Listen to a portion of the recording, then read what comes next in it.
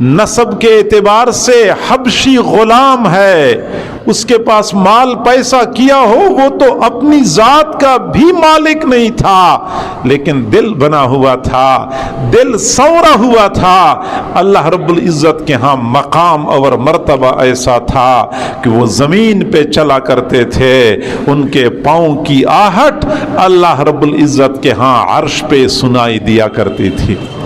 دل بنا ہوتا ہے، دل بنا ہوتا ہے تو اللہ کے ہاں اس کا مقام اور مرتبہ ہوتا ہے۔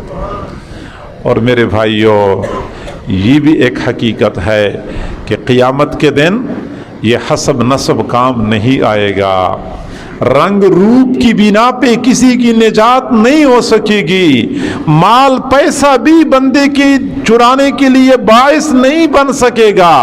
قیامت کے دن بھی یہ صاف ستھرا دل بندے کی نجات کا ذریعہ بنے گا۔ یوم لا ینفع مال ولا بنون، قیامت کے دن نہ تو انسان کو مال نفع دے سکے گا، ولا بنون، نہ اولاد نفع دے سکے گی، الا من اتی اللہ بقلب سلیم، ہاں جو بندہ اللہ کے ہاں صاف ستھرا سورا ہوا دل لے کے آیا، یہ دل بندے کو نفع دے سکے گا، یہ دل بندے کی نجات کا ذریعہ بنتا ہے۔ اپنے دلوں کو بنانے کے لیے فکر مند ہو جائیں میرے بھائیوں۔ آج انسان صفائی ستھرائی کے حوالے سے اتنا حساس ہو چکا ہے کہ خواتین روزانہ کی بنیادوں پہ اپنے گھر کی صفائی ستھرائی کے لیے ایک وقت متعین کرتی ہیں، بلکہ کئی مرتبہ صرف صفائی ستھرائی کے لیے گھروں میں نکرانیاں رکھی جاتی ہیں، اس نکرانی کا کام ہی صفائی ستھرائی ہے۔ یہ فرش کی صفائی ہو رہی ہے، یہ دروازوں کی صفائی ہو رہی ہے، یہ لیٹرین اور بیت الخلاء کی صفائی ہو رہی ہے۔ بندہ حیران ہو جاتا ہے کہ بیت الخلاء میں جب بندہ صرف ضرورت کی خاطر جاتا ہے اور جو ہی ضرورت پوری ہو جاتی، بندہ بھاگنے کے لیے، وہ نکلنے کے لیے بھاگ پڑتا ہے۔ ایسی منحوس جگہ کی صفائی ستھرائی کا اتنا اہتمام کیا جاتا ہے، روزانہ اس کو پانی سے، صرف سے، تیزاب کے ساتھ اس کو دھویا جاتا ہے، اور لیٹرینوں کی صفائی کا اتنا اہتمام کرتے ہیں، اور وہ دل جو اللہ رب العزت کی تجلیات کے لیے جلوہ گاہ ہے، اس دل کی صفائی سے ہم یکسر غافل ہو چکے ہیں۔ خواتین گھر کی صفائی پر گھنٹہ لگاتی ہیں، 2 گھنٹے لگاتی ہیں، لیکن اپنے دل کے صفائی کے لیے 15 منٹ فارغ کر کے ذکر کرنا، مراقبہ کرنا پھر ان کے لیے دشوار ہو جاتا ہے۔ آپ تجربہ کر لیں، کبھی کسی کے گھر کے سامنے اپنے گھر کا کوڑا پھینک کے دیکھ لیں کہ رد عمل کیا ہوتا ہے۔ گھر کے سامنے کوڑا پھینک دیا، اس پہ لڑائی جھگڑا شروع ہو گیا کہ آپ نے ہمارے گھر کے سامنے کیوں پھینکا؟ وہ گھر کے اندر نہیں پھینکا، راستے میں پھینکا ہے، لیکن گھر کے سامنے پھینکا ہے۔ برداشت نہیں کرتے۔ وہ بندہ جو اپنے گھر کے سامنے راستے پر پڑا ہوا کوڑا برداشت نہیں کرتا، اس نے اپنے دل کو کوڑا دان بنایا ہوا ہے۔ دنیا جہان کی آلائشیں اور گندگیاں اس کے دل میں بھری ہوئی ہیں، اور اس کو ذرہ برابر احساس نہیں ہے۔ یہ دل، یہ اللہ رب العزت کی تجلیات کے لیے جلوہ گاہ ہے۔ اس دل کو صاف ستھرا رکھیں، اللہ کی جانب سے تجلیات کا ورود ہوتا ہے۔ اور افسوس سے کہنا پڑتا ہے کہ ہم جو صبح سے لے کے شام تک اللہ رب العزت کی نافرمانی کرتے ہیں، ان نافرمانیوں کا اثر براہ راست ہمارے دلوں پر پڑتا ہے۔ جب بھی کوئی گناہ کرتا ہے، اس گناہ کے اثرات بندے کے دل پر پڑتے ہیں۔ چنانچہ قرآن پاک اس بات پہ گواہ ہے، گناہ کا سب سے پہلا اثر جو ہمارے دل پہ پڑتا ہے وہ یہ کہ دل اندھا ہو جاتا ہے۔ فَإِنَّهَا لَا تَعْمَى الْأَبْصَارُ وَلَكِنْ تَعْمَى الْقُلُوبُ الَّتِي فِي الصُّدُورِ، آنکھیں اندھی نہیں ہوتی، دل اندھے ہوتے ہوتے ہیں جو سینوں میں ہوتے ہیں. دل اندھا ہو جاتا ہے. یہ ظاہر کی آنکھیں اندھی ہو جائیں بندہ بصارت سے محروم ہو جاتا ہے. دل کی آنکھیں اندھی ہو جائیں بندہ بصیرت سے محروم ہو جاتا ہے. ظاہر کی آنکھیں اندھی ہو جائیں بندے کو یہ راستہ نظر نہیں آتا, در در کی ٹھوکریں کھاتا رہتا ہے. اور جب دل کی آنکھیں اندھی ہو جائیں تو بندے کو دین کا راستہ نظر نہیں آتا, در در کی ٹھوکریں کھاتا رہتا ہے. باطنی طور پہ قلبی طور پہ بندہ نابینا بن جاتا ہے. حضرت خالد بن معدان رحمہ اللہ نے فرمایا ما منکم من احد الا ولہ اربع اعین, تم میں سے ہر بندے کو اللہ نے 4 آنکھیں عطا فرمائی ہیں. عینان فی الرأس یبصر بہما امر دنیا ہو, 2 آنکھیں بندے کے سر میں ہیں جس سے بندہ دنیا کی امور دیکھتا ہے. وعینان فی القلب یبصر بہما امر دینہ, 2 آنکھیں بندے کے دل میں ہوتی ہیں جس سے بندہ دین کی امور دیکھتا ہے. یہ دل میں 2 آنکھیں ہوتی ہیں یہ بھی اندھی ہو جاتی ہیں. نتیجہ یہ نکلتا ہے کہ بندے کو حق باطل اور باطل حق نظر آتا ہے, حق باطل نظر آتا ہے, باطل حق نظر آتا ہے. چنانچہ کئی مرتبہ ہمارا واسطہ ایسے لوگوں سے پڑ جاتا ہے کہ جو خالصتاً غلطی کر رہے ہوتے ہیں, صریح حرام کا ارتکاب کر رہے ہوتے ہیں, آپ اس کو صریح حرام کام سے روکیں وہ اسی صریح حرام کام کے اندر 1000 خوبیاں گن گن کے بتا دے گا. اس میں یہ فائدہ ہے اور یہ فائدہ ہے اور یہ فائدہ ہے. اور اگر آپ اس کو دین کی کوئی صحیح بات بتائیں گے تو وہ اس کے اندر 1000 خامیاں نکال دے گا. اس میں یہ عیب ہے اور یہ خامی ہے اور یہ خامی ہے. اچھائی برائی نظر آتی ہے, برائی اچھائی نظر آتی ہے. آپ کو اپنے معاشرے میں بہت سارے لوگ ایسے ملیں گے خالص برائی کر رہے ہوتے ہیں لیکن اپنی برائی ان کو اچھائی نظر آتی ہے. آپ قرآن کا حوالہ دے دیں, آپ حدیث کا حوالہ دے دیں, آپ عقلی دلیل پیش کریں, منطق اور فلسفی کی دلیل پیش کریں, جو بھی آپ چاہیں پورا زور لگا لیں, آپ اس سے اپنی بات نہیں منوا سکیں گے. خالص حرام کام کر رہے ہوتے. اچھائی برائی نظر آتی ہے, برائی اچھائی نظر آتی ہے. اور دوسری جانب جو لوگ گناہوں سے پاک صاف زندگی گزارتے ہیں ان کو اللہ تعالی باطنی فراست عطا کر دیتا ہے.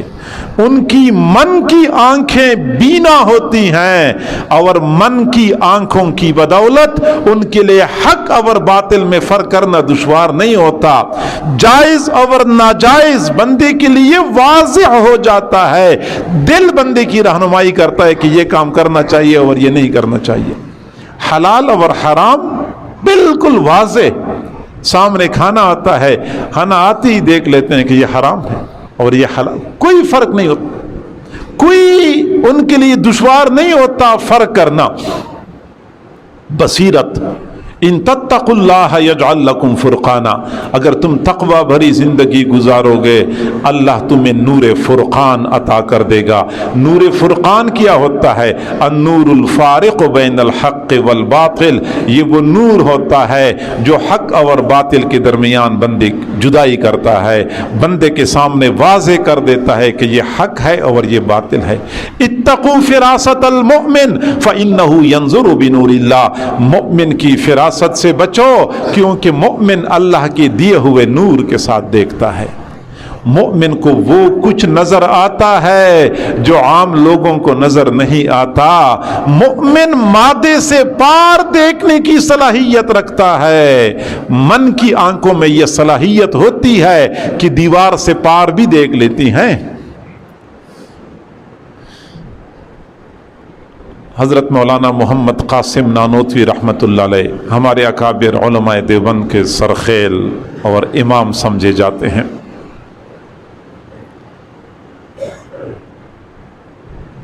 دیوبند سے کچھ فاصلے پر ایک بستی تھی جس بستی میں اکثر لوگ غیر سنی تھے. سنیوں کے چند گھر تھے.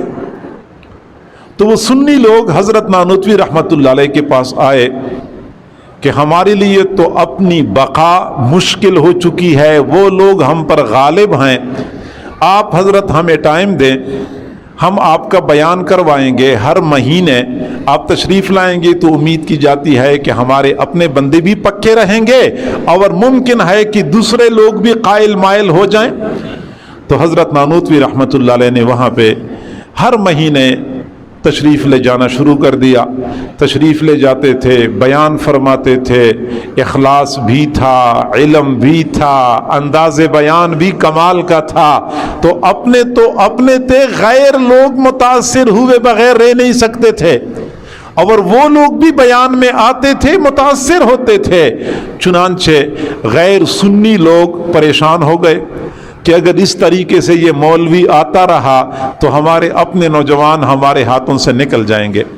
چنانچہ انہوں نے ایک طریقہ اختیار کر لیا کہ ہم کسی طور پہ حضرت نانوتوی کا بیان نہیں کرنے دیں گے، رکاوٹ ڈالیں گے، راستہ روکیں گے۔ پہلے مرحلے میں انہوں نے ترتیب یہ بنائی کہ جب یہ بیان کرنے کے لیے آئیں گے تو ہم میں سے کوئی بندہ سوال کرنے کے لیے کھڑا ہو جائے گا، وہ سوال کرے گا، یہ جواب دیں گے، وہ اگلا بندہ اگلا سوال کر لے گا، یہ جواب دیں گے، اگلا بندہ اگلا سوال کرے گا۔ ہم ان کو سوالات میں الجھائے رکھیں گے تاکہ اپنا موضوع بیان ہی نہ کر سکے، یوں ٹائم گزر جائے گا۔ اس مقصد کے لیے ان کے مذہبی پیشواؤں نے 10 بندے تیار کر لیے اور 10 بندوں کو مختلف سوالات یاد کرائے کہ پہلے آپ نے سوال کرنا ہے، پھر اس نے سوال کرنا ہے، پھر اس کے بعد اس نے سوال کرنا ہے، تاکہ اس بندے کو سوالات میں الجھایا جائے۔ چنانچہ جب وہ دن آ پہنچا، حضرت نانوتوی رحمۃ اللہ علیہ تشریف لائے اور وہ لوگ بھی پہنچے ہوئے تھے جو سوالات پوچھنے کی نیت سے آئے تھے۔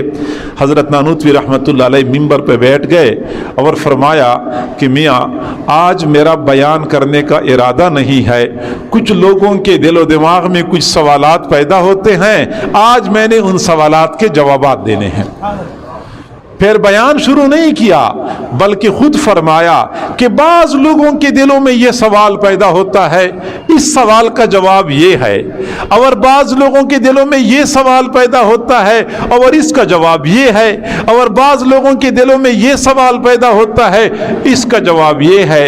یوں کرتے کرتے حضرت نانوتوی رحمت اللہ علیہ نے ان 10 بندوں کے 10 سوالات کے جوابات ترتیب سے بتا دیے۔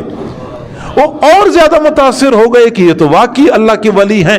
اب اگلا مرحلہ یہ آیا کہ ہم نے حضرت نانوتوی رحمت اللہ علیہ کی تضحیق کرنی ہے، ان کے ساتھ ایسا مذاق کرنا ہے کہ ان کی بدنامی ہو جائے اور تضحیق ہو جائے، دوبارہ ہماری بستی کا رخ ہی نہ کرے۔ چنانچہ جب حضرت اگلی مرتبہ تشریف لائے بیان کے لیے، حضرت نے بیان فرمایا۔ بیان کے بعد انہی لوگوں میں سے 2 بندے آئے اور کہنے لگے حضرت ہمارے ہاں فوتگی ہو چکی ہے، ہمارے مرحوم کا جنازہ آپ پڑھا دیں۔ حضرت نے فرمایا کہ میاں مجھ سے جنازہ نہ پڑھوائیں، کیونکہ میرا مسلک اور نقطہ نظر الگ ہے، آپ لوگوں کا مسلک اور ہے، آپ لوگ اپنے مولوی سے جنازہ پڑھوائیں۔ انہوں نے کہا حضرت ہمارا مولوی ہے نہیں، کہیں گیا ہوا ہے، اور ہمیں آپ پر اعتماد ہے، ہم آپ کے عقیدت مند ہیں، آپ جنازہ پڑھائیں۔ حضرت نے فرمایا میاں مجھ سے جنازہ نہ پڑھواؤ، ممکن ہے آپ کے لیے فائدے میں نہ ہو، میرا جنازہ پڑھانا آپ لوگوں کے لیے فائدے میں نہ ہو۔ انہوں نے کہا نہیں حضرت آپ نے جنازہ پڑھانا ہے اور ہم آپ ہی کی گزارش کرتے ہیں۔ چنانچہ حضرت نانوتوی رحمت اللہ علیہ تشریف لے گئے، جنازہ لایا گیا۔ نانوتوی رحمت اللہ علیہ جنازے کے سامنے کھڑے ہو گئے۔ انہوں نے جو منصوبہ بنایا تھا وہ یہ کہ زندہ بندے کو کفن پہنا کے چارپائی پر لٹایا ہوا تھا کہ جب حضرت نانوتوی رحمت اللہ علیہ پہلی تکبیر کہیں گے، دوسری تکبیر کہیں گے، آپ نے اٹھ کے بیٹھ جانا ہے۔ جب آپ اٹھ کے بیٹھیں گے تو ہم ہنسیں گے، مذاق کریں گے، تالیاں بجائیں گے کہ یہ کیسے ولی ہیں، یہ تو زندوں کا جنازہ پڑھاتے ہیں، اس کو تو پتہ ہی نہیں ہے کہ بندہ زندہ ہے۔ حضرت نانوتوی رحمت اللہ علیہ آئے اور کھڑے ہو گئے اور فرمایا کہ ٹھیک ہے مجھ سے بڑھوانا ہے تو پھر صفی سیدھی کر لو۔ صفی سیدھی ہو گئی، چلو نیت کرو۔ لوگوں نے نیت کر لی۔ حضرت نانوتوی نے پہلی تکبیر کہی، پھر دوسری تکبیر کہی، پھر تیسری تکبیر کہی، 4 تکبیریں مکمل ہوئیں۔ لیکن بندہ اٹھا نہیں. جنازے کا عمل مکمل ہو گیا, وہ لوگ آئے اور بندے کو ہلایا کہ اٹھتا کیوں نہیں ہے, جنازہ تو مکمل ہو گیا. حضرت نانوتوی رحمت اللہ علیہ ایسے روانہ ہو چکے تھے, پھر پیچھے مڑ کے دیکھا, فرمایا جس کا جنازہ مولوی قاسم پڑھاتا ہے قیامت سے پہلے وہ نہیں اٹھ سکتا. واقعی وہ بندہ مر چکا تھا. من عادى لی ولیا فقد آذنتہ بالحرب, جو میرے ایک ولی کے ساتھ دشمنی کرتا ہے میری جانب سے اس کے خلاف اعلان جنگ ہے. اللہ والوں کو اللہ تعالیٰ فراست عطا کرتا ہے, یہ مؤمنانہ فراست, مادے سے پار دیکھنے کی صلاحیت رکھتے ہیں. حضرت مولانا احمد علی لاہوری رحمت اللہ علیہ کبیر والا میں بیان فرما رہے تھے, کچھ لوگ ایسے تھے جو حضرت حضرت لاہوری رحمت اللہ علیہ کے اندر وہابیت کے جراثیم دیکھتے تھے کہ یہ وہابی ہے, اور وہ حضرت کا امتحان لینا چاہ رہے تھے. ان کا یہ خیال تھا کہ اگر کسی ولی کے سامنے کچھ فاصلے پر درود شریف پڑھا جائے تو اس کو پتہ چل جاتا ہے. اب ہم دیکھتے ہیں کہ ہماری درود کا اس کو پتہ چل سکتا ہے یا نہیں چل سکتا.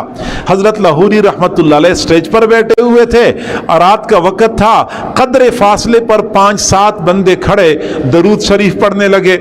حضرت لاہوری رحمت اللہ علیہ نے ان کے پاس پیغام بھیجا کہ جاؤ ان سے کہہ دو کہ 7 بندے جو وہاں کھڑے درود شریف پڑھ رہے ہیں, ان میں سے 3 بندے تو وہ ہیں جو جنابت کی حالت میں ہیں, 2 بندے وہ ہیں جو بے وضو پڑھ رہے ہیں, اور 2 بندے وہ ہیں جو با وضو پڑھ رہے ہیں. اتنا بھی بتا دیا کہ درود تو پڑھ رہے ہیں لیکن 3 بندے جنابت کی حالت میں ہیں اور درود پڑھ رہے ہیں, 2 بندے باوضو ہیں اور 2 بے وضو ہیں. یہ مؤمنانہ فراست ہوتی ہے جو بندے پر بہت ساری باتوں کو کھول دیتی ہے. ہمارے حضرت جی دامت برکاتہم العالیہ کے جو شیخ و مرشد تھے حضرت خواجہ غلام حبیب رحمت اللہ علیہ چکوال شریف والے, ان کے صاحبزادے حضرت مولانا عبد الرحمن قاسمی رحمہ اللہ کا بیان ہے کہ میرے والد کے جو شیخ تھے حضرت خواجہ عبد المالک صدیقی رحمت اللہ علیہ خانیوال والے, وہ ہمارے گھر تشریف لائے تھے چکوال میں. تو میرے والد گرامی اس وقت موجود نہیں تھے, کہیں سفر پہ گئے تھے, تو میں گھر میں تھا, تو حضرت کی خدمت کی ذمہ داری میری بنتی تھی. عصر سے پہلے وہ تشریف لائے, میں نے اپنی والدہ سے کہا کہ حضرت تشریف لا چکے ہیں. ہم والدہ نے فوراً چائے تیار کر لی, حضرت کو ہم نے چائے پلائی. پھر والدہ نے مجھے فوراً کہا کہ بیٹا جائیں بازار سے سامان لے آئیں, حضرت کے لیے کھانا بنانا ہے. جو کچھ مجھے میری والدہ نے فرمایا تھا میں نے سامان پہنچا دیا. عصر کا وقت ہو گیا, حضرت خواجہ عبد المالک صدیقی رحمت اللہ علیہ مسجد میں تشریف لے گئے. عصر کی نماز پڑھی گئی, پھر حضرت نے مختصر سا بیان کیا, پھر ذکر کی مجلس ہو گئی, اور پھر مغرب کا وقت ہو گیا. مغرب کی نماز سے جب ہم فارغ ہوئے, حضرت کو میں لے کے بیٹھک میں آ گیا, چونکہ والدہ نے کھانا تیار کیا ہوا تھا. اب جب بیٹھک میں لے کے آیا اور پھر دسترخوان میں نے بچھایا, گھر چلا گیا, کھانا تیار تھا, ڈونگوں میں رکھا ہوا تھا, 4-5 قسم کا کھانا تھا, 4-5 ڈونگے تھے, تو میں نے دسترخوان بچھا لیا اور ڈونگے آ کے دسترخوان کے اوپر رکھ لیے. حضرت کو میں نے ہاتھ دھلائے, حضرت کھانا کھانے کے لیے بیٹھ گئے. بیٹھ تو گئے لیکن جب ایک ڈونگے سے ڈھکن ہٹایا پھر وہ ڈھکن دوبارہ رکھ لیا, پھر اگلے ڈونگے سے ڈھکن ہٹایا وہ بھی رکھ لیا, پھر اگلے ڈونگے سے ڈھکن ہٹایا پھر وہ بھی رکھ لیا. پھر جب 3-4 ڈونگے سارے دیکھ لیے, پھر میری طرف جلال بھری نظر سے دیکھا اور فرمایا عبد الرحمن قاسمی, یہ تمہارے گھر میں سور کہاں سے آ گیا, یہ تمہارے گھر میں سور کہاں سے آ گیا. فرماتے میری تو پاؤں کے نیچے سے زمین سرکتی ہوئی محسوس ہوئی. حضرت کیا فرماتے ہیں, میں بھاگتا ہوا گیا اپنے گھر میں, امی سے میں نے بات کر لی, حضرت تو کھانا نہیں کھا رہے. فرماتے تمہارے گھر میں سور کہاں سے آ گیا.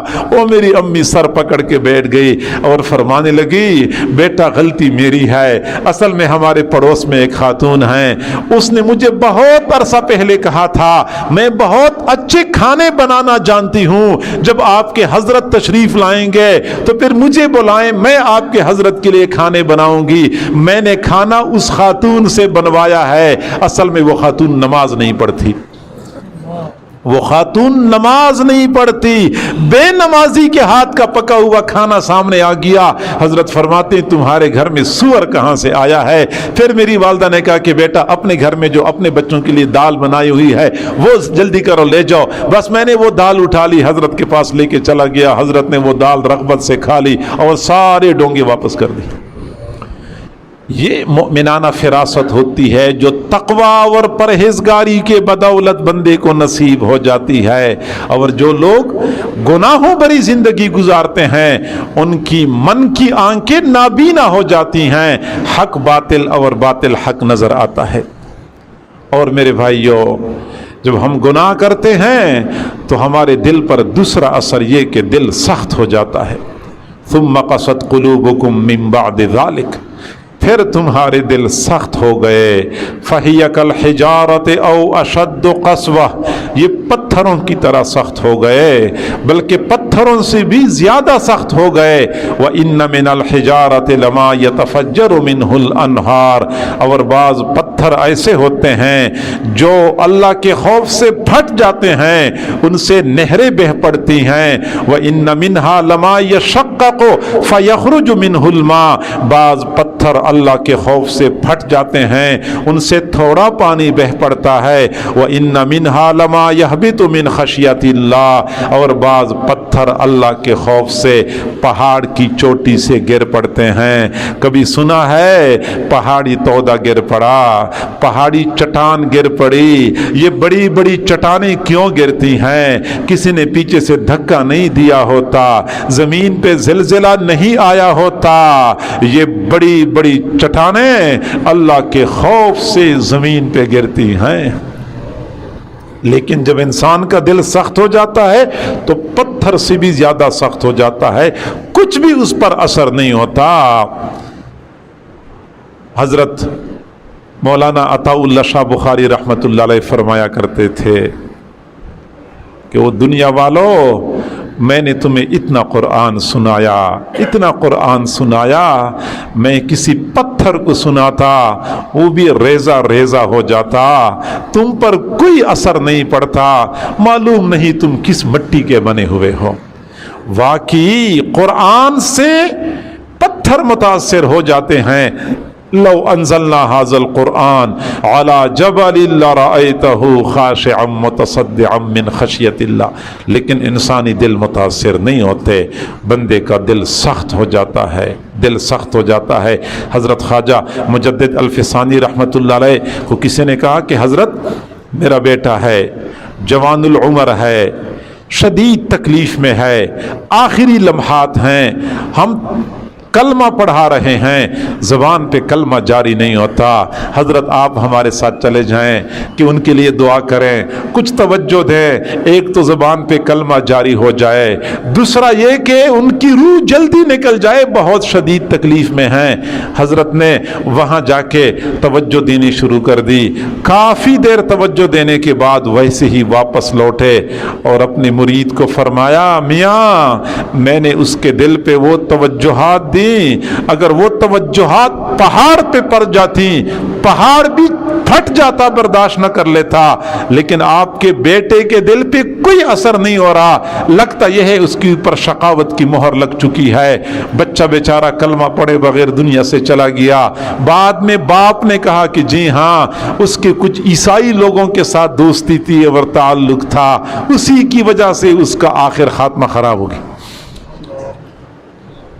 تو میرے بھائیوں، دل سخت ہو جاتا ہے، بندہ درندہ بن جاتا ہے، درندوں سے بدتر بن جاتا ہے۔ میرے بھائیوں، آپ اپنے گرد و پیش کے حالات پہ نظر ڈالیں، کئی مرتبہ اللہ تعالی ہمیں متوجہ کرنے کے لیے ایسے عبرتناک مناظر ہمیں دکھاتا ہے کہ شقی سے شقی دل والا بھی متاثر ہو جائے، لیکن ہم پر کوئی اثر نہیں ہوتا۔ آئے روز یہ قوم، یہ ملک کسی نئی مصیبت میں مبتلا ہوتا ہے، لیکن اللہ کی طرف سے مصیبتیں آتی ہیں، ہم انہی مصائب اور آلام سے مادی منافع حاصل کرنا شروع کر دیتے ہیں۔ آپ لوگ نہیں دیکھتے کہ اس وقت وطن عزیز کی کروڑوں کی آبادی جس کرب اور تکلیف سے گزر رہی ہے وہ ہم صرف سنتے ہیں، ہم وہاں جا کے دیکھ نہیں سکے. لیکن میرے بھائیوں، اگر 3 کروڑ کرب اور اذیت سے گزر رہے ہیں تو کم از کم 3 کروڑ ایسی بھی ہیں جو ان کے اس اذیت کے لمحات سے مادی فائدے حاصل کر رہے ہیں. آپ لوگ دیکھ رہے ہیں اشیاء کی قیمتیں بڑھ گئیں، کیونکہ یہ موقع پتہ نہیں پھر کب ہمیں ہاتھ آئے گا. خیمے کی قیمت بڑھ گئی ہے، کھانے پینے کی اشیاء کی قیمتیں بڑھ چکی ہیں، ترپال کی قیمتیں بڑھ گئی ہیں. بلکہ اس سے زیادہ پریشانی کی بات یہ ہے کہ اب وہاں جو لوگ جاتے ہیں ان کی مدد کے لیے ان کو باقاعدہ گن پوائنٹ پہ لوٹا جاتا ہے، فائرنگ کے واقعات پیش آ چکے ہیں. اتنا انسان سخت دل ہو جاتا ہے. جی ہاں، گناہ کر کر کے بندے کا دل پتھر ہو جاتا ہے، بلکہ پتھر سے بھی زیادہ سخت ہو جاتا ہے. ہمیں یہ مناظر اپنی آنکھوں سے نظر آتے ہیں. میرے بھائیوں، آج کا انسان انسانیت کا دشمن بنا ہوا ہے، اور آج جو ہم پر اللہ تعالیٰ کی وسیع سرزمین تنگ کر دی گئی ہے، یہ جنگل کی درندوں نے تنگ نہیں کر رکھی ہے، یہ بچھوؤں اور سانپوں نے تنگ نہیں کر رکھی ہے. یہی حضرت انسان ہے جو انسانوں کو جینے نہیں دیتے، جو ان کی جان، ان کی عزت، ان کی مال کا درپے ہو چکا ہے. آپ حیران ہو جائیں گے، اعداد و شمار کے ماہرین کہتے ہیں کہ اس وقت دنیا میں انسانیت کے لیے مہلک اور تباہ کن اسلحے کے جو ڈھیر لگائے گئے ہیں، اگر اس اسلحے کا 7واں حصہ استعمال کیا جائے تو یہ پوری دنیا راکھ کے ڈھیر میں تبدیل ہو جائے گی. صرف 7واں حصہ، یعنی یہ پوری دنیا 7 مرتبہ اس اسلحے کی وجہ سے تباہ و برباد ہو سکتی ہے. لیکن اس کے باوجود نت نئے تجربے آپ لوگ سنتے رہتے ہیں، نئے نئے اسلحے بنائے جا رہے ہیں. کس کے لیے بنائے جا رہے ہیں؟ یہ ایٹم بم اور یہ جوہری بم اور یہ لیزر گائیڈڈ میزائل اور یہ ڈرون اور B-52 طیارے اور پتہ نہیں کیا کچھ ایجاد کیا جا چکا ہے اور مزید ایجاد ہو رہا ہے. درندگی ہے جو ختم نہیں ہو رہی. کس کے لیے ایجاد کر رہے ہیں؟ اسی انسان پر آزمانے کے لیے ایجاد کر رہے ہیں. انسان درندہ بن جاتا ہے، دل کی سختی کی نشانی ہوتی ہے. اور میرے بھائیوں، گناہوں کا تیسرا اثر یہ کہ دل زنگ آلود ہو جاتا ہے. زنگ آلود، حضور صلی اللہ علیہ وسلم نے فرمایا ان هذه القلوب تصدع كما يصدع الحديد. دلوں کو بھی زنگ لگ جاتا ہے جس طرح کے لوہے کو زنگ لگتا ہے. دل بھی زنگ آلود ہو جاتا ہے. اس کا نتیجہ یہ نکلتا ہے کہ بندہ نیک اعمال کی لذت سے ناآشنا ہو جاتا ہے. نیک اعمال کرتے ہیں لیکن لذت محسوس نہیں ہوتی. سجدے پرانے زمانے کے لوگ بھی کیا کرتے تھے، سجدے ہم بھی کرتے ہیں، لیکن زمین و آسمان کا فرق پایا جاتا ہے. حضرت مولانا فضل الرحمان گنج مراد آبادی رحمت اللہ علیہ نے حضرت تھانوی کو فرمایا، اشرف علی، جب میں سجدہ کرتا ہوں مجھے یوں محسوس ہوتا ہے جیسے میں نے اللہ کے قدموں پہ سر رکھا ہوا ہے. سر اٹھانے کو دل نہیں کرتا، سر اٹھانے کو دل نہیں کرتا. جی ہاں، وہ بے ذوق، یہ آج کل بے ذوق سجدے آ چکے ہیں. یہ بے ذوق سجدے ہمارے دلوں میں کیا تبدیلی برپا کر سکتے ہیں؟ نیک اعمال کی لذت سے ہم ناآشنا ہو چکے. سنی نہ مصر و فلسطین میں وہ آزاں میں نے، سنی نہ مصر و فلسطین میں وہ آزاں میں نے، دیا تھا جس نے پہاڑوں کو راشۂ سیماب. وہ سجدہ روح زمین جس سے کانپ جاتی تھی اسی کو آج ترستے ہیں منبر و محراب. وہ آذان پہلے ہوتی تھی، پہاڑ بھی کانپ اٹھتے تھے، پارے کی طرح پہاڑ بے قرار ہو جاتے تھے. اب وہ آذان نہ مصر میں سنائی دیتی ہے نہ فلسطین میں سنائی دیتی ہے. اور وہ سجدے جب کوئی مسلمان زمین پہ کرتا تھا تو زمین بھی کانپ اٹھتی تھی. آج منبر اور محراب اسی سجدے کو ترستے.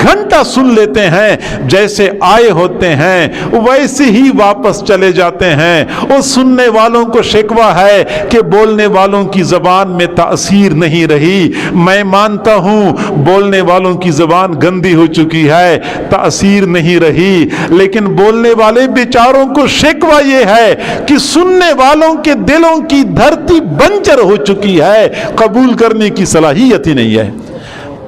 میں مانتا ہوں میں اپنی بات کروں، میری بات کا آپ پہ اثر نہ پڑے، لیکن جب میں قرآن پڑھتا ہوں، قرآن تو وہی ہے جس نے آج سے 14 صدیاں پہلے انقلاب برپا کر دیا تھا۔ قرآن ہم پہ اثر کیوں نہیں کرتا؟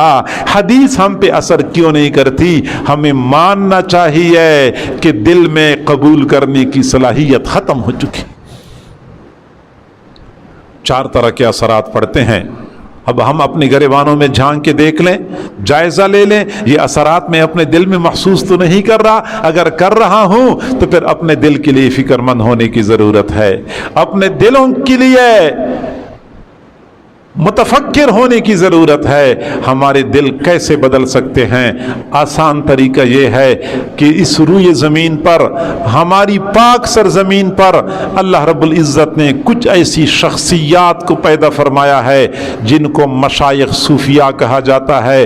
یہ مشائخ صوفیاء صلاحیت رکھتے ہیں، جو لوگ ان کے ساتھ تعلق جوڑتے ہیں، ان کے ساتھ وابستگی اختیار کرتے ہیں، ان کے دلوں میں تبدیلی آ جاتی ہے، دلوں کی سختی نرمی میں تبدیل ہو جاتی ہے، گردن سے سریا نکل جاتا ہے، تکبر کی بجائے عاجزی آ جاتی ہے، حسد کی بیماری سے چھٹکارا مل جاتا ہے۔ اسی طریقے سے بندے کے لیے گناہوں سے بچنا آسان ہو جاتا ہے، بندہ نیک، متقی، پرہیزگار لوگوں کی صف میں شامل ہو جاتا ہے۔ چنانچہ قریب کے زمانے میں ایک صوفی شیخ رہا کرتے تھے تھانہ بون میں، حضرت مولانا اشرف علی تھانوی رحمت اللہ علیہ۔ ان کے زمانے میں ایک شاعر تھا، شراب نوشی کرتا تھا، بلکہ بلا نوشی کرتا تھا، جگر مراد آبادی اس کا نام تھا۔ جگر مراد آبادی رحمت اللہ علیہ نے اپنی جوانی گناہوں میں گزاری، غفلت میں گزاری، لیکن ایک دن جب شیشے کے سامنے کھڑے ہو گئے، داڑھی تو تھی نہیں، سر کے بالوں میں سفیدی نظر آئی، تب ان کے دل پہ چوٹ لگی کہ میری تو زندگی گزر رہی ہے، اللہ کو ناراض کرتے کرتے زندگی گزار چکا ہوں، میں نے اللہ کے پاس جانا ہے، اللہ کو کیا جواب دوں گا؟ مجھے اپنی زندگی تبدیل کرنی چاہیے۔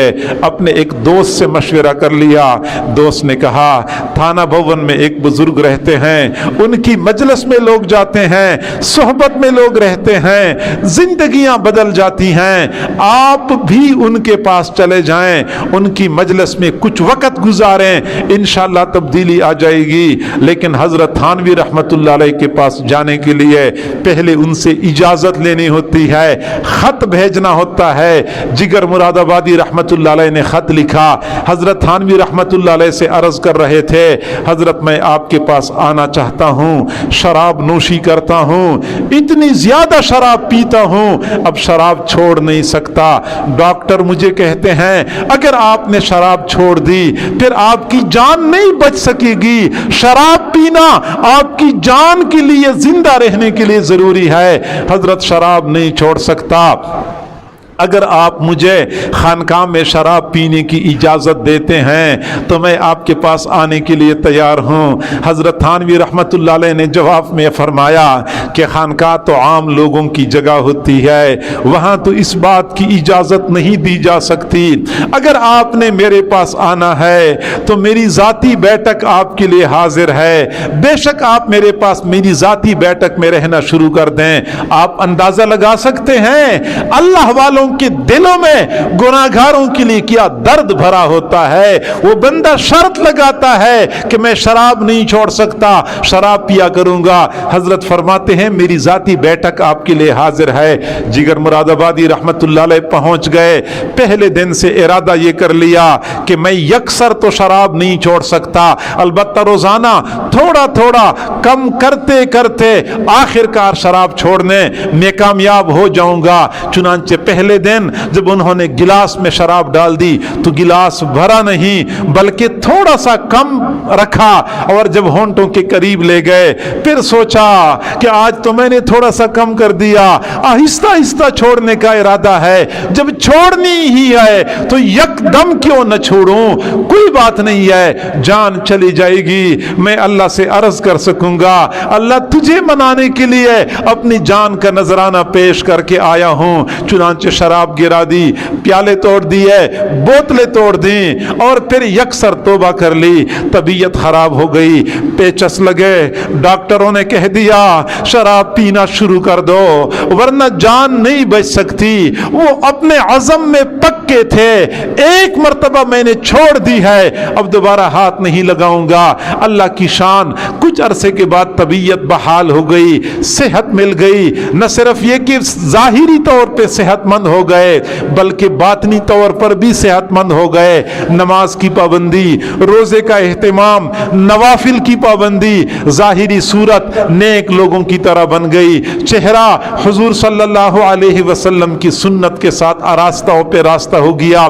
کافی دنوں کے بعد واپس اپنے علاقے میں چلے گئے۔ جب لوگوں کو پتا چلا کہ جگر مراد آبادی نمازیں پڑھتا ہے اور وہ نوافل پڑھتا ہے، تہجد پڑھتا ہے، اس نے داڑھی بھی رکھی ہوئی ہے، لوگوں کو یقین نہیں آ رہا تھا کہ جگر مراد آبادی بھی بدل سکتا ہے۔ چنانچہ لوگ دیکھنے کے لیے دور دراز کے گاؤں سے آیا کرتے تھے، ملاقات کرتے تھے۔ جب آنے والوں کا رش بڑھ گیا تو جگر مراد آبادی رحمت اللہ علیہ نے اپنے بارے میں فرمایا چلو دیکھ آئیں تماشا جگر کا، چلو دیکھ آئیں تماشا جگر کا، سنا ہے وہ کافر مسلمان ہوا ہے۔ جی ہاں، اللہ والوں کے ساتھ تعلق جڑ جاتا ہے، وہ لوگ جو کفر کے گھڑے کے کنارے پہ پڑے ہوتے ہیں، اس تعلق کی بدولت اللہ تعالیٰ ان کو کفر سے بچا لیتا ہے، راہ راست پہ لے آتا ہے۔ اللہ تعالیٰ ہم سب کو نیک بندوں کے ساتھ جڑنے اور ان کی صحبت سے فائدہ اٹھانے کی توفیق عطا فرمائے۔ وآخر دعوانا ان الحمد للہ رب العالمین۔ اما بعد